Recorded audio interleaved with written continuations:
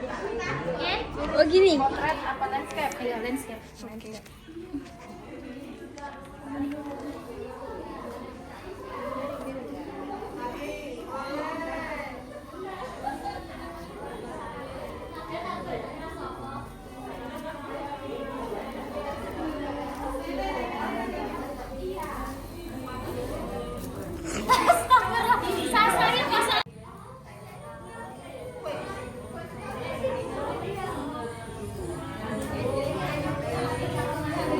Atas waktunya, atas kehadiran kami di sini sudah memberikan waktu luang untuk kami melakukan sosialisasi.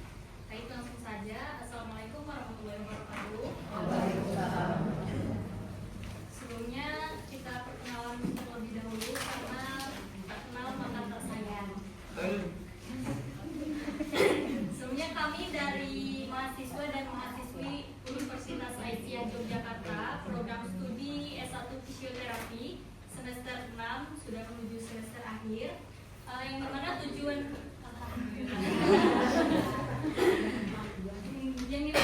kami ke sini mau melakukan sosialisasi atau penyuluhan tentang kesehatan masyarakat yang ada di lingkungan masyarakat di sini tentang demam berdarah. Itu tujuan kami melakukan penyuluhan di sini. Kami ada sedikit brosur nanti akan dibagikan oleh teman-teman saya.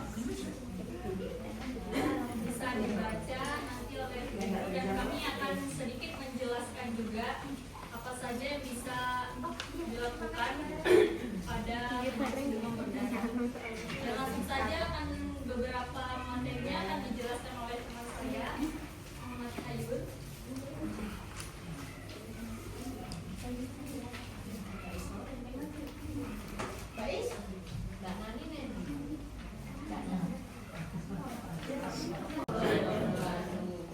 Saya Ayun.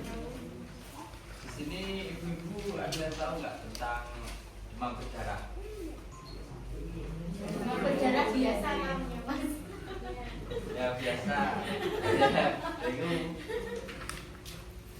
Ini disebabkan karena adanya virus yang dibawa oleh nyamuk Aedes aegypti. Masih sama kayak yang dulu ya? Iya.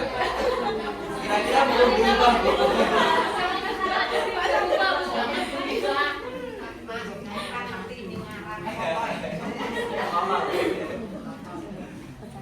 Nah, ini DBD ini sering terjadi di Indonesia karena Indonesia sendiri memiliki dua iklim yang berbeda. Ada pas kemarau sama pas musim penghujan. Nah, untuk DBD ini sangat tinggi sekali ya Bu di Jogja ini, khususnya di daerah Sleman kota yang baru-baru ini datanya 161 terjangkit penyakit DBD. Bulan apa? Itu bulan Mei Bu. Tahun ini? Iya, tahun ini.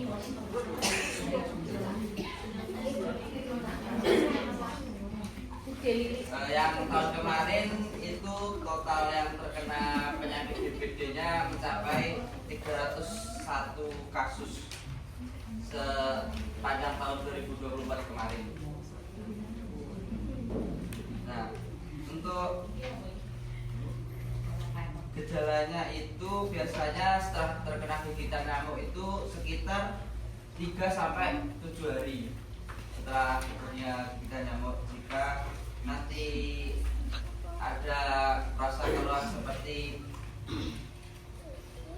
suhu tubuhnya meningkat, terus mual,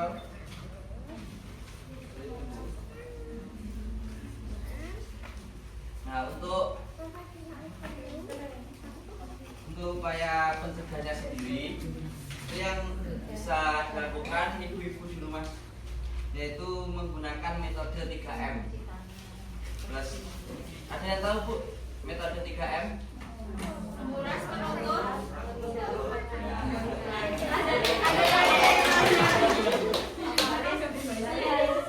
Ada hadiahnya kayak ini. Jackpotnya apa nanti Kak? Jackpotnya ada speknya nanti.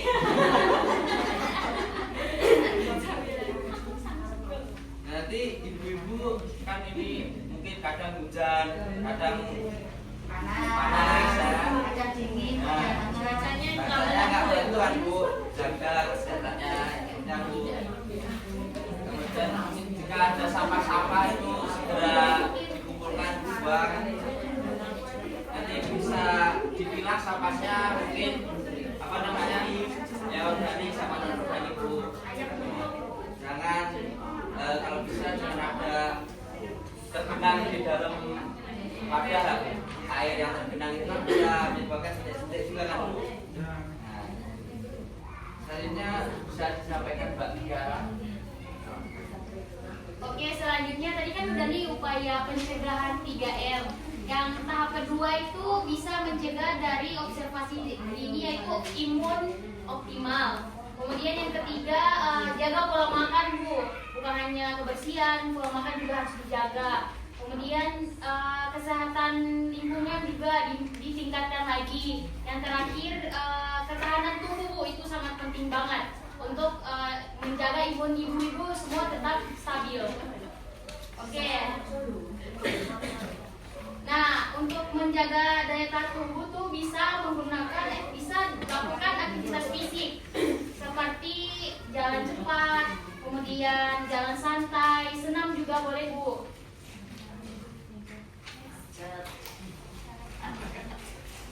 Nah, untuk cara penurunannya tadi kan setelah kegiatan kurang lebih itu gejalanya muncul 3-7 hari tadi Bu. Itu biasanya virus masuk ke dalam tubuh, kemudian berkembang biak, itu jenis-jenisnya dalam air tadi. Nah itu nyamuk akan membawa virus itu kepada tubuh kita saat terkena gigitan tadi. Mungkin gejala umumnya itu bisa demam tinggi, kemudian nyeri kepala, bisa juga terjadi mimisan Bu, mual tadi, terus ruam merah-merah di kulit itu. Nah itu sama ya tadi demam tinggi yang menggigil tadi Bu. Nah, mungkin saja untuk rekomendasi aktivitas fisik nanti disampaikan mbaknya yang di sana. Mbak siapa? Kenalan dulu Mbak. Mbak Aris kok, Mbak Lilis. Selanjutnya itu ada rekomendasi aktivitas fisik. Nah, kenalkan dulu nama saya Najla. Biar Mbak aja. Nah, rekomendasi aktivitas fisik tuh misalnya ibu-ibu tuh nggak di rumah aja gitu kan, ada melakukan aktivitas sehari-hari gitu kan, biar imunnya tuh stabil, nggak menurun. Kalau misalnya digigit nyamuk kan kita nggak langsung terkena DBD kan. Nah, di sini aktivitas fisik yang direkomendasikan untuk penderita DBD itu yang aktivitas fisiknya tuh berintensitas rendah. Maksudnya tuh seperti jalan cepat, jalan santai, senam yang kayak udah disebutkan sama Mbak Tiara yang di depan. Nah, tujuannya tuh untuk memperkuat sistem imun, dilakukan 30 menit setiap hari selama 5 kali seminggu. Nah, biar imun kita tetap stabil, tidak turun.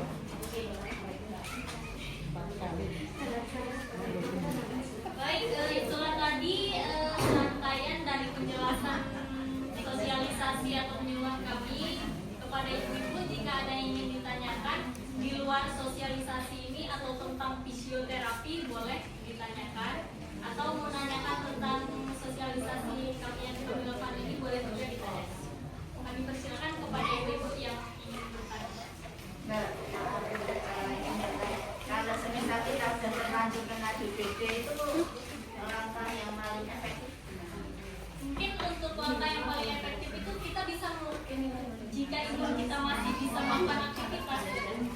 Mungkin DBD itu sendiri kan ada tingkatannya kan Bu. Ada yang memang nggak bisa ngapa-ngapain, gitu.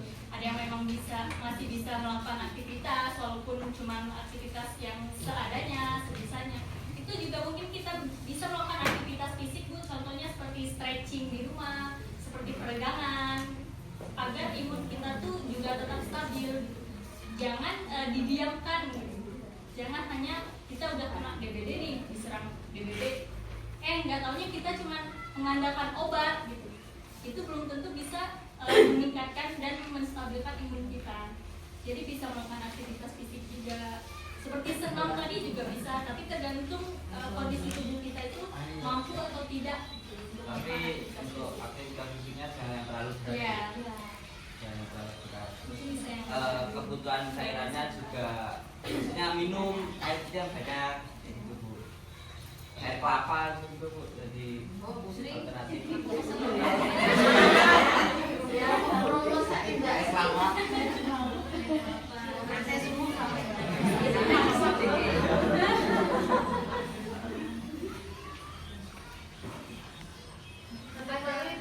Yang bertanya mengenai fisioterapi, misal fisioterapi itu kan ngapain aja. ngapain aja, kan terkenalnya fisioterapi itu di Tukang depan urut. ini kan tukang urut dan lain-lain. Nah kebanyakan di depan sekarang kan gejalanya 2 hari, setelah ini kan musimnya nggak ada panas kan sama sekali di depan ini. Dari hari kemarin itu kan nggak ada panas, terus kadang hujan kadang enggak. Nah sekarang juga nggak ada panas ataupun hujan. Nah jadi itulah munculnya jentik dari nyamuk tersebut gitu. Apalagi kalau di slogan-slogan kan di depan ini kan banyak slogan-slogan kecil-kecil di depan ibu-ibu gitu. Nah itu gimana caranya kita bisa mencegahnya itu setiap minggu atau setiap pagi itu ibu-ibu di depan-depannya itu minta tolong diberesin gitu. Kita itu genangan air kita buang di pot bunga, di apa gitu, nanti kita buang biar itu nggak ada tumbuhnya di tersebut. Jadi munculnya DBD ini kita bisa kalau punya termometer di rumah itu sekitar 38 derajat Celcius ke atas itu udah termasuk demam tinggi, tapi itu antara kita kena DBD atau kena penyakit lain.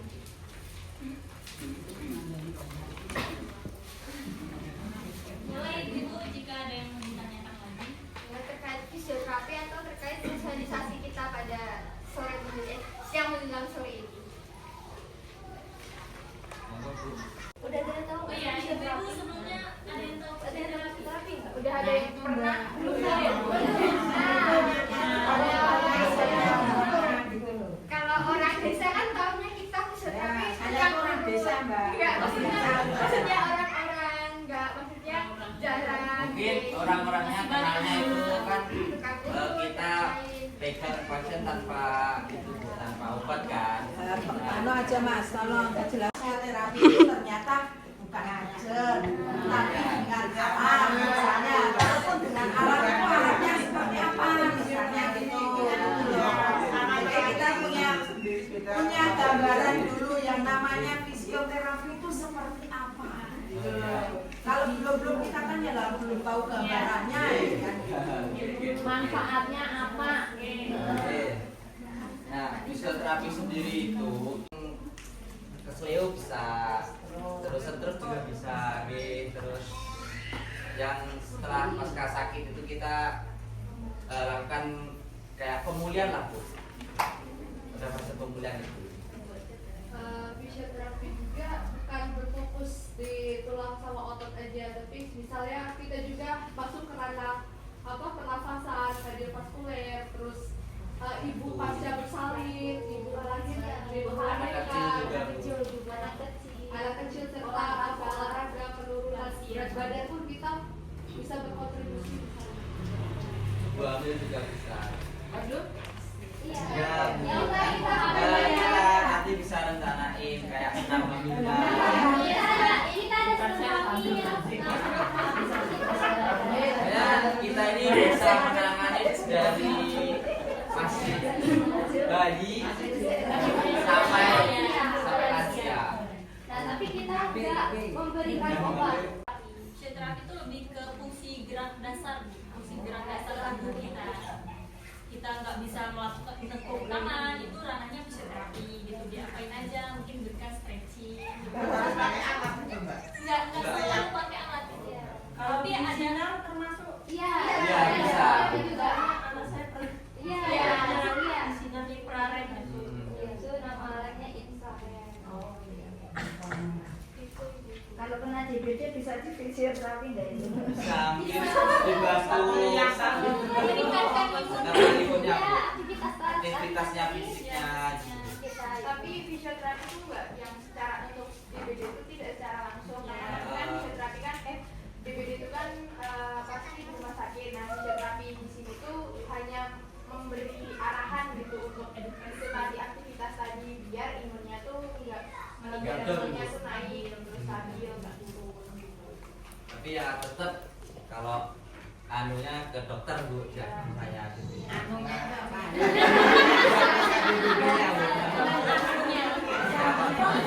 Maaf.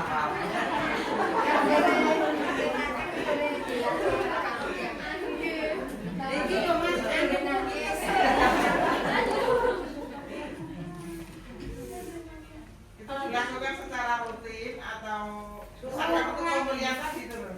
Melakukan ini jenengan kan sedikit. Atau misalkan pasca pemulihan tadi itu dilakukan secara rutin. Nanti bertahap Bu. Kadang bisa disesuaikan dengan kondisinya pasiennya. Bisa seminggu 3 kali bisa, seminggu 2 kali juga bisa. Aku sawahnya kayak. Monggo. Biar bugar Bu. Sehat.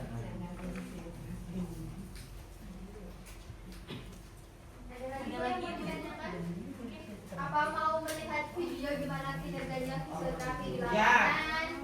Mau. Aduh Mbak, ini loh Pak Kasih sih. Enggak apa-apa, pakai HP aja. Ini Bu, ini kan?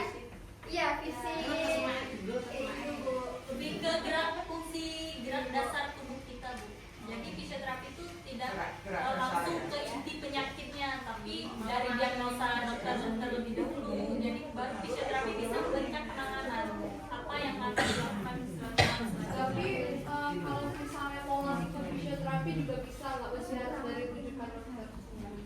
Ini Mbak ini. Nah, iya Bu. Kalau minta tolong itu dikirim ke Bu RT, biar Bu RT kesiaran. Nanti dikirim Bu. Itu gimana? Ini kan ini tuh contoh. Iya, Nanti Kalau yang lansia juga ada lansia juga Bu. Untuk yang lansia itu mungkin intensitasnya atau untuk itunya lebih rendah, Ya, lebih disesuaikan dengan ringan. kondisinya. Kondisi juga tergantung keluhan dari pasien.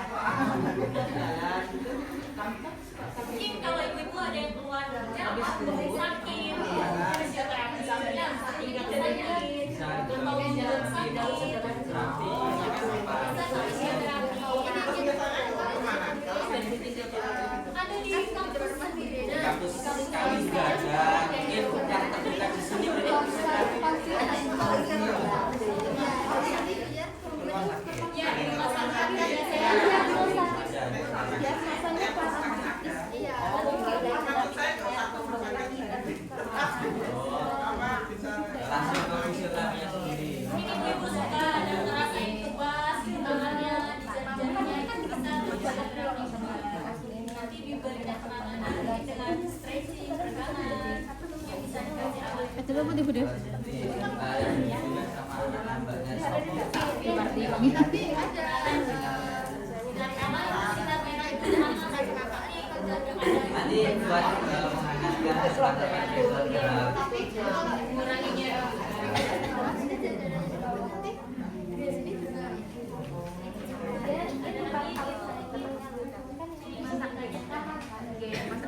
Mas, mau tanya nih. Fisioterapi itu kalau tadi kan kayaknya gambaran saya menggunakan alat. Satu menggunakan alat. Kemudian kayak pengarahan atau bimbingan untuk menggunakan. Ada nggak yang kemungkinan kalau fisioterapi itu dengan sentuhan? Ada itu. Jadi misalnya sentuhan itu dalam arti misalnya ya ada pijitan sedikit apa gimana gitu loh Mas. Ada nggak kalau yang namanya fisioterapi itu ada sentuhan yang seperti itu? Oh ada Bu, ada namanya itu juga ada masas pas yang sakitnya, yang otot yang bermasalahnya itu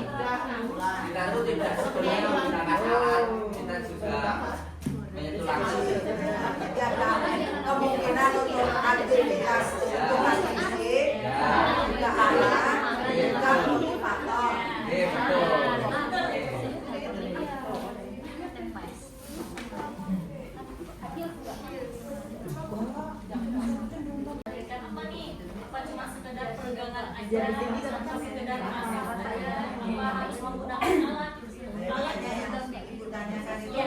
ada nggak kemungkinan untuk kontak fisik? ya ada pasti ada karena tergantung kondisi pasiennya. Sudah cukup perkenalan dari kami, sosialisasi dari kami, kepada kami. Semoga berguna untuk semua dan keluarga dan juga berguna bagi kami juga. Sekian dari kami. Semoga kita semua selalu sehat walafiat. Amin. Sebelum menutup penyuluhan atau sosialisasi ini, kita lepaskan lepas sambar. Sekian dari kami. Jika kami ada salah kata dalam melakukan sosialisasi atau salah dalam perlakuan, kami mohon maaf. Wabillahi taufiq wal hidayah. Wassalamualaikum warahmatullahi wabarakatuh. Terima kasih banyak ya ibu-ibu sudah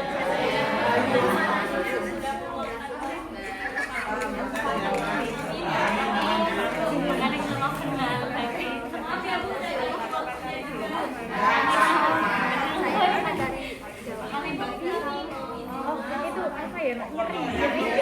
Kami akan sedikit menjelaskan juga apa saja yang bisa dilakukan pada hubungan berdarah. Dan langsung saja akan beberapa materinya akan dijelaskan oleh teman saya, Muhammad Hayun.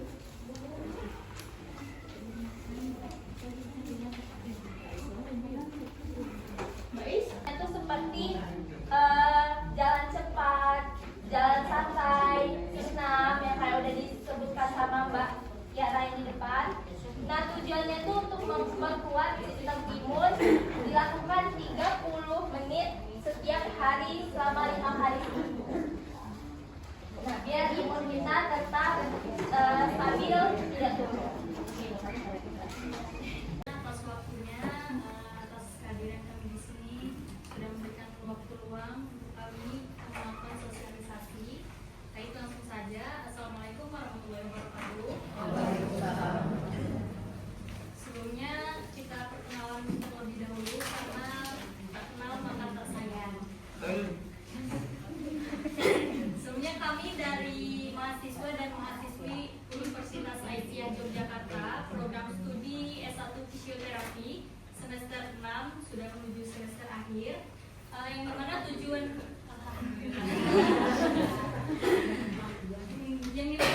kami kesini mau melakukan sosialisasi atau penyuluhan tentang kesehatan masyarakat yang ada di lingkungan masyarakat di sini tentang demam berdarah. Itu tujuan kami melakukan penyuluhan di sini. Kami ada sedikit brosur nanti akan dibagikan oleh teman-teman saya pada demam berdarah. Dan langsung saja akan beberapa materinya akan dijelaskan oleh teman saya, Muhammad Hayun.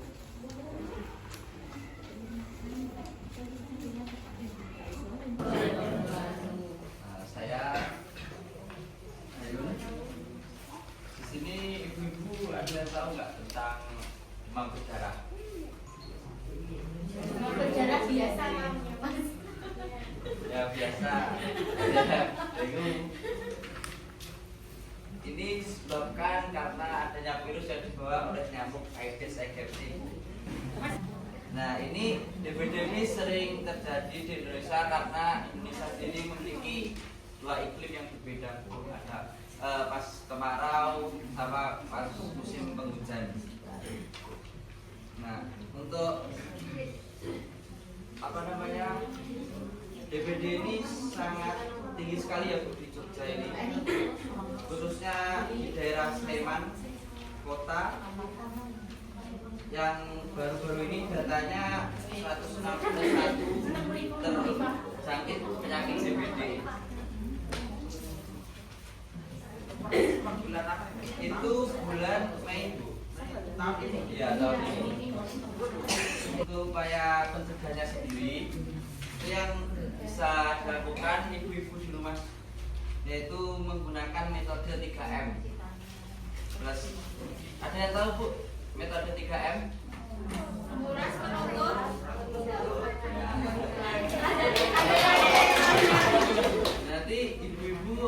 kan ini mungkin kadang hujan, kadang panas, ada dingin, ada hangat. Cuacanya Rasanya nggak bantuan Bu, jaga kesehatannya ya Bu. Kemudian jika ada sampah-sampah itu segera dikumpulkan buang. Nanti bisa dipilah sampahnya mungkin apa namanya ya organik sama non organik Bu. Jangan kalau bisa jangan ada tergenang di dalam wadah air yang tergenang itu bisa menyebabkan sedik-sedik juga kan Bu. Nah, selanjutnya bisa disampaikan Mbak Tiara. Oke, selanjutnya tadi kan udah nih upaya pencegahan 3M. Yang tahap kedua itu bisa mencegah dari observasi dini yaitu imun optimal. Kemudian yang ketiga jaga pola makan Bu, bukan hanya kebersihan, pola makan juga harus dijaga. Kemudian kesehatan lingkungan juga ditingkatkan lagi. Yang terakhir ketahanan tubuh Bu, itu sangat penting banget untuk menjaga imun ibu-ibu semua tetap stabil. Oke. Nah, untuk menjaga daya tahan tubuh tuh bisa dilakukan aktivitas fisik seperti jalan cepat, kemudian jalan santai, senam juga boleh Bu. Cara penurunannya tadi kan setelah kegiatan kurang lebih itu gejalanya muncul 3-7 hari tadi Bu. Itu biasanya virus masuk ke dalam tubuh, kemudian berkembang biak. Itu jenis-jenisnya dalam air tadi. Nah itu nyamuk akan membawa virus itu kepada tubuh kita saat terkena gigitan tadi. Mungkin gejala umumnya itu bisa demam tinggi, kemudian nyeri kepala, bisa juga terjadi mimisan Bu, mual tadi, terus ruam merah-merah di kulit itu. Nah itu sama ya tadi demam tinggi yang menggigil itu. Rekomendasi aktivitas fisik tuh misalnya ibu-ibu tuh nggak di rumah aja gitu kan, melakukan aktivitas sehari-hari gitu kan, biar imunnya tuh stabil, nggak menurun. Kalau misalnya digigit nyamuk kan kita nggak langsung terkena DBD kan. Nah, di sini aktivitas fisik yang direkomendasikan untuk penderita DBD itu yang aktivitas fisiknya tuh berintensitas rendah. Maksudnya tuh seperti jalan cepat, jalan santai, senam yang kayak udah disebutkan sama Mbak Tiara yang di depan. Nah, tujuannya tuh untuk memperkuat sistem imun, dilakukan 30 menit setiap hari selama 5 kali seminggu. Nah, biar imun kita tetap stabil, tidak turun.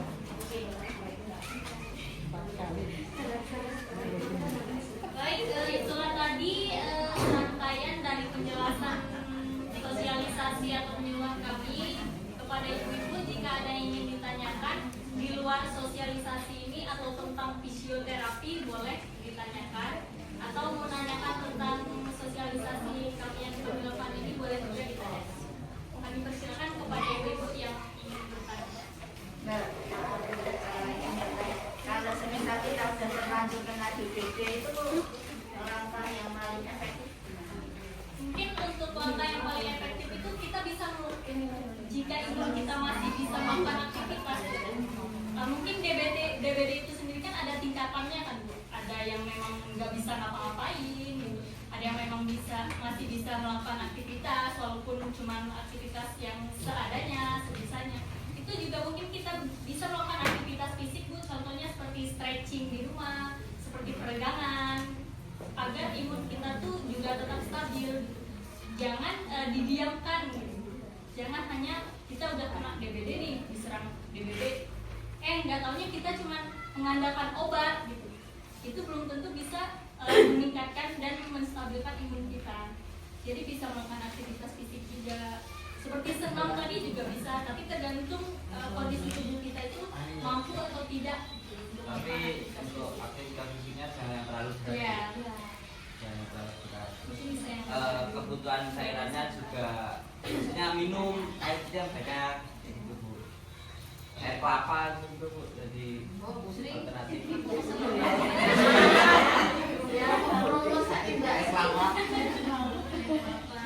Kan di Jepang sekarang kan berjalannya 2 hari setelah ini kan musimnya nggak ada panas kan sama sekali di Jepang ini. Dari hari kemarin itu kan nggak ada panas, terus kadang hujan, kadang enggak. Nah sekarang juga nggak ada panas ataupun hujan. Nah jadi itulah munculnya jentik dari nyamuk tersebut gitu. Apalagi kalau di slogan-slogan kan di Jepang ini kan banyak slogan-slogan kecil-kecil di depan ibu-ibu gitu. Nah, itu gimana caranya kita bisa mencegahnya? Itu setiap minggu atau setiap pagi itu ibu-ibu di depan-depannya itu minta tolong diberesin gitu. Kita itu genangan air kita buang di pot bunga, di apa gitu, nanti kita buang biar itu nggak ada tumbuhnya di bibit tersebut.